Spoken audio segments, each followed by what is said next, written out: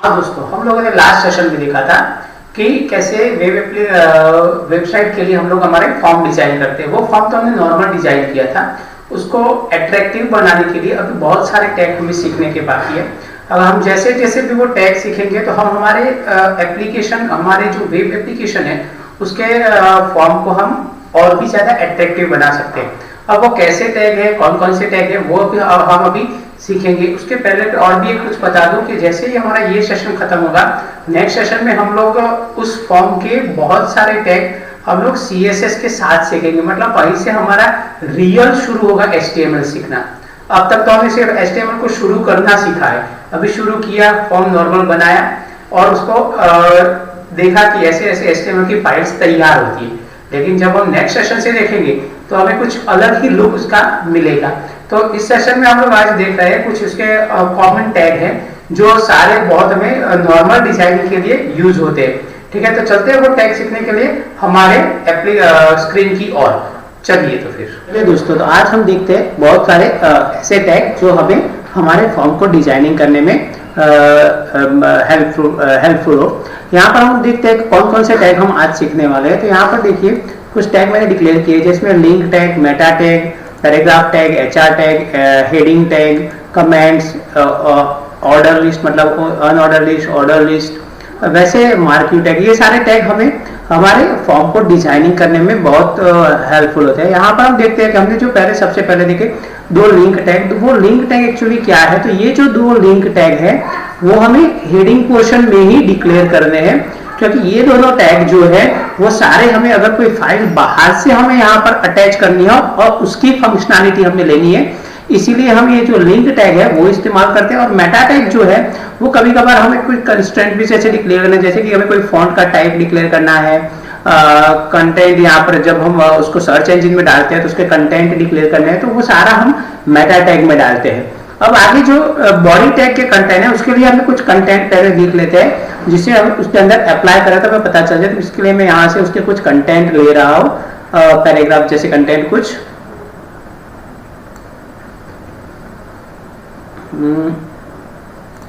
Yes, मैंने normal text यहाँ पर एंटर कर लिए है। यहाँ से हम लोगों को तो पता है कि जहाँ पर जैसे भी हम लोग यहाँ पर एंटर डालते हैं, it will be not consider that directly, because ये डायरेक्टली वहाँ पर कंसीडर नहीं करेगा, क्योंकि यहाँ पर जब तक हम ब्रेक लाइन नहीं लगाते वो HTML के प्रोग्राम में एग्जीक्यूट करने से कोई फर्क नहीं पड़ता। वेब ब्राउजर में वो जैसे ही पेज खत्म होगा इट विल बी शो। यहाँ पर मैंने इस फॉर्म को नाम दे दिया है text.html, जो हमारे फोल्डर में ऑलरेडी सेव है। वहां से हम लोग वो वापस लेंगे और वहीं से ही मैं इस फॉर्म को एग्जीक्यूट करके देखता हूँ और वन बाय वन सारे टैग एग्जीक्यूट करके दिखाता हूँ, जिससे हमें पता चले कि क्या क्या चेंज आता है यूट्यूब। सो यहाँ पर हमने टैग यहाँ पर हमने text.html करके जो पेज बनाया उसको मैं एग्जीक्यूट करता हूँ अभी। तो ये पूरा हमने एक पैराग्राफ ले लिया और ये हमारा फॉर्म हमने एग्जीक्यूट किया, जो लास्ट टाइम यहाँ पर जैसे था वैसा, सिर्फ नॉर्मली ये जो कंटेंट हमने जो लिखे है वो यहाँ पर डिस्प्ले हो रहे हैं। अब हम देखते हैं वो सारे टैग। यहाँ पर सबसे पहला जो टैग है वो टैग है हमें यहाँ पर देखना चाहिए, वो है हमें पैराग्राफ टैग, P टैग करके है। तो यहाँ पर जो टैग है वो P टैग जो है वो पैराग्राफ के लिए। अब देखिए यहाँ पर मैं उसको P टैग को एलोकेट करता हूँ। P टैग का और क्लोजिंग टैग भी होता है कंपलसरी, जिस टैग का क्लोजिंग टैग होगा मैं यहाँ पर बताता रहूंगा। ये मैंने P टैग डाला। अब देखिए मैं उसको एग्जीक्यूट करता हूँ तो क्या चेंज होता है, that is nothing, because that is the paragraph. जब भी हम लोग ये टैग लेंगे ना तब क्या चेंज होगा वो मैं आपको बता दूं। सपोज कि जैसे ही मैं पैराग्राफ टैग लूंगा, सपोज यहां तक मैं पैराग्राफ टैग लेता हूं P, ठीक है, इसको मैं रिमूव करता हूं। सो देखिए it will be considered as a one line paragraph, new paragraph we have to check out after completion of that thing. So that is the one special or different, totally one block is there. So ये जो है पूरा एक block तैयार कर लेता है कि ये पैराग्राफ है, ठीक है। तो ये एक फर्स्ट पहला था हमारा P टैग जो पैराग्राफ के लिए था। अब हमारा दूसरा टैग हम लोग लेते हैं HR टैग। HR मतलब जो हॉरिजॉन्टल रो, उसको डिक्लेयर करने के लिए हम लोग HR टैग लेते हैं। HR टैग के लिए एक पूरा आपको हॉरिजॉन्टल लाइन मिलेगा। यहाँ पर मैं सपोज HR लिख रहा हूँ, HR, तो अब देखते हैं वो HR टैग क्या करता है। इसका HR टैग का कोई क्लोजिंग टैग नहीं है, वो सिर्फ एक ही बार हमें डिक्लेयर करना है। उसको सेव करने के बाद हम लोग एग्जीक्यूट करते हैं, तो देखिए HR के बाद जहां पर हमने HR डिक्लेयर किया वहां पर वो अंडरलाइन आया और पूरा लाइन नीचे से ही शुरू हुआ। So that is the horizontal row. Next one जो टैग है वो हम लोग देखते हैं अभी। यहाँ पर मैंने डिक्लेयर किया उनमें से जो P टैग है, HR हेडिंग टैग है। अभी जो हेडिंग टैग है वो किस लिए डालते हैं, तो यहाँ HTML में हमें एक फैसिलिटी अच्छी मिल रही है कि अगर हमें किसी को हेडिंग डालना है, फॉन्ट बड़े डालने हैं छोटे डालने, कोई सीक्वेंस दिया हुआ है H1 to H6, हर एक हेडिंग टैग का क्लोजिंग टैग भी होता है। यहाँ पर मैं डाल रहा हूँ सपोज H1, ये मैंने .NET की कॉन्सेप्ट लिया है इसलिए यहाँ पर लिखा हूँ ASP.NET, ये मैंने /H1, ठीक है, ये मेरा कंप्लीट हुआ। तो ये जो हेडिंग है वो देखते हैं कि हेडिंग कैसे तैयार होता है। F5, तो जैसे ही मैंने डाला देखा ASP.NET बड़े अक्षरों में लिखा हुआ जो हेडिंग 1 है, ऐसे अप टू दैट हेडिंग 6 तक हमें यूज कर सकते हैं। जैसे जैसे हम लोग यहाँ पर हेडिंग 1, हेडिंग 2, हेडिंग 3, जैसे जैसे 1 हेडिंग इंक्रीमेंट करेंगे फॉन्ट छोटे होते जाएंगे। और इसको ले जाने के लिए आपको ब्रेक लाइन भी, नई लाइन में ले जाने के लिए ब्रेक लाइन इस्तेमाल नहीं करना है। यहाँ पर खुद ब खुद वो ब्रेक लाइन पर चला जाएगा। सेम यहाँ पर मैंने हर एक हेडिंग टैग का क्लोजिंग भी डालना है।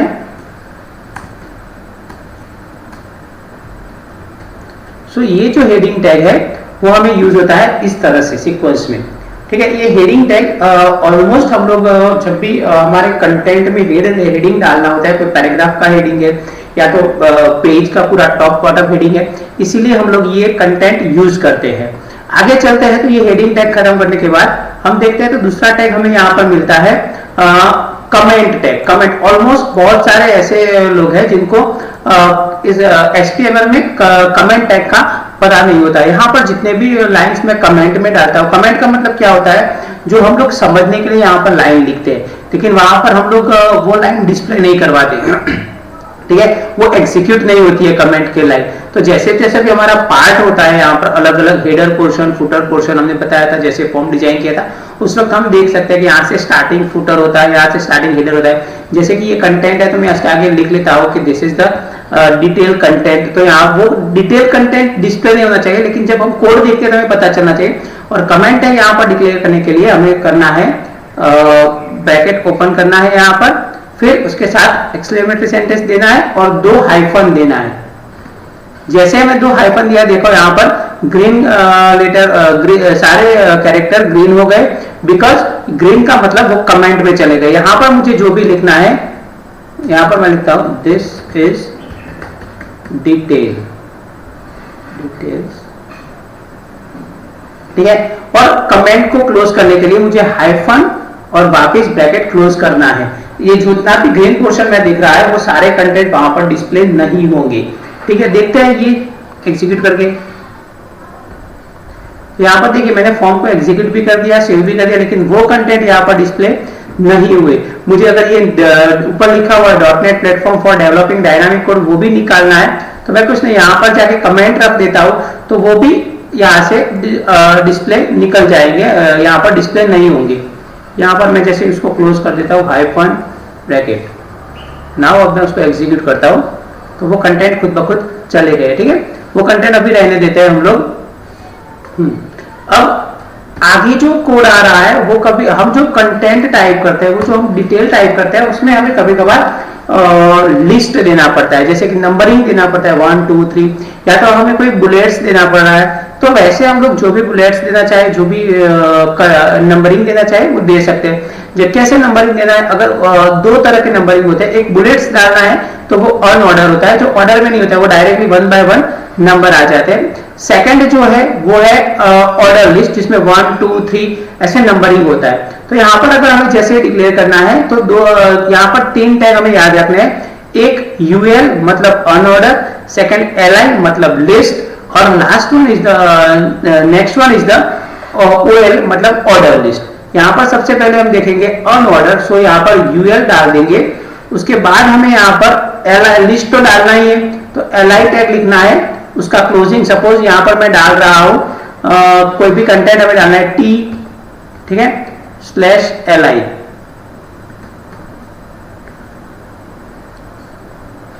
अब वापिस सेकंड लिस्ट भी मुझे डालना है, तो मैं यहां पर सपोज मिल्क डाल रहा हूं, मिल्क, ठीक है, 2 एंट्री मैंने की।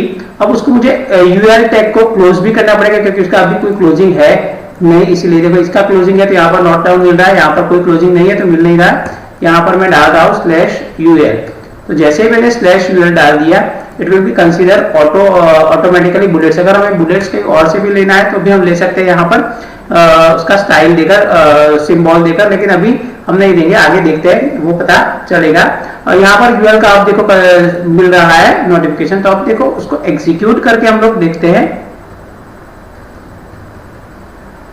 तो यहाँ पर 2 चीज हमें मिलेगी, टी और मिल्क, उसके आगे बुलेट्स मिल रहा है। अब हम देखते हैं कि हमें यही ऑर्डर में चाहिए, मतलब 1 और 2 लिखा होना चाहिए। तो यहाँ पर और कुछ नहीं, OL डालना है, OL के बाद वापिस li टैग तो हमें यूज करना ही है और OL को क्लोज करना है हमें यहाँ पर। तो ये जो मैंने टैग क्लोज किया, उसका मतलब क्या हुआ कि ये यहाँ पर क्लोज हुआ। तो अब यहाँ पर अल्टर F5 करके मैंने उसको सेव किया। अब एग्जीक्यूट करता हूं तो देखते हैं क्या होता है, F5, so it will be 1 2, right. अगर मुझे इसे नंबर स्टार्ट करना है 50 से, तो यहां पर मैं लिख सकता हूं स्टार्ट इक्वल टू 50।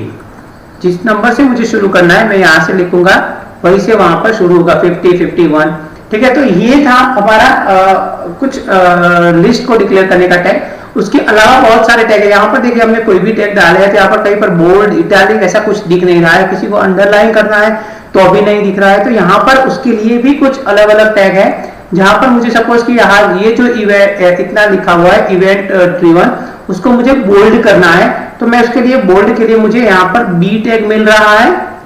बी के अलावा और एक टैग है जिसको हम स्ट्रॉन्ग टैग बोलते हैं। अगर स्ट्रॉन्ग लिखकर भी डालते हैं तब भी हमें वो बोल्ड में मिलेगा। यहाँ पर मैंने बोल्ड डाल दिया है, उसको मैं एग्जीक्यूट करके देखता हूं तो उतना पोर्शन मुझे वहां पर बोल्ड मिलेगा इवेंट ड्रिवन। उसके अलावा मुझे सपोज कि मुझे उसके बाद के जो मॉडल लिखा हुआ है वो इटैलिक फॉर्म में चाहिए, तो मैं यहाँ पर इटैलिक आई डाल सकता हूँ। आई टैग जो है वो इटैलिक के लिए है। मॉडल विथ कंटेंट जो लिखे है उसको मैं /i तक खत्म करूंगा तो वहां पर आएंगे। मुझे किसमें अंडरलाइन चाहिए तो यूजर से मुझे अंडरलाइन चाहिए, तो मैं यहाँ पर u टैग डाल सकता हूँ /u। अब मैं उसको एग्जीक्यूट करता हूं तो देखते हैं कहां कहां चेंज होता है। तो देखिए यहाँ पर मॉडल इवेंट ड्रिवन बोल्ड है, ये इटैलिक है और ये अंडरलाइन वाला टैक्स है, ठीक है। तीनों को साथ में डालना है या किसी दो को ही डालना है तो भी हम लोग यहाँ पर यूज कर सकते हैं। जैसे कि यहाँ पर अंडरलाइन भी चाहिए और इटैलिक भी चाहिए, तो मुझे उसको ऐसे ही डिक्लेयर करना पड़ेगा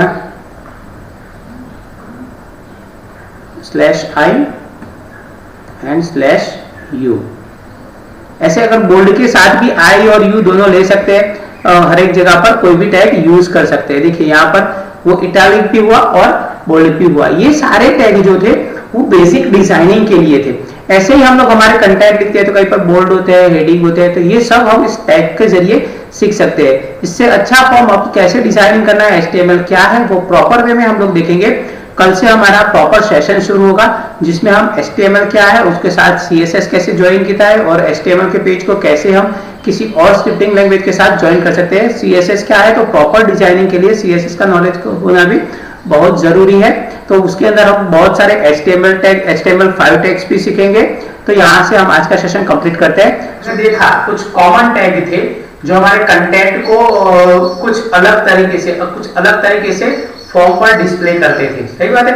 तो ऐसे ही बहुत सारे टैग हम लोग अब नेक्स्ट सेशन में विद CSS के साथ शुरू करेंगे। वहां पर हम स्टार्टिंग से शुरू करेंगे, HTML क्या है, CSS क्या है, कैसे HTML में फॉर्म तैयार होते हैं, one by one step by step देखेंगे, जिससे आपको पता चलेगा कि कैसे तैयार होता है रियल फॉर्म, रियल एप्लीकेशन, उसको कहीं और स्क्रिप्टिंग के साथ कैसे कनेक्ट किया जाता है वो भी उसके अंदर पता चल जाएगा। वहां पर जितने भी एट्रीब्यूट्स आते हैं वो एट्रीब्यूट भी हम वन बाय वन उसके अंदर कॉमनली सीख लेंगे। ये जो कॉन्सेप्ट था, अब तक का जो 5 सेशन हमने कंप्लीट किए, वो सारे सेशन सिर्फ हमारा स्टार्टअप था, बिगिनिंग था कि हम लोग वहां से HTML शुरू करें।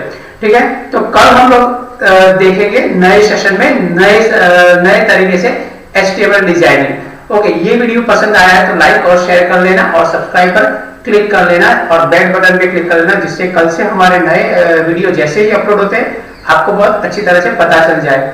ठीक है, थैंक यू।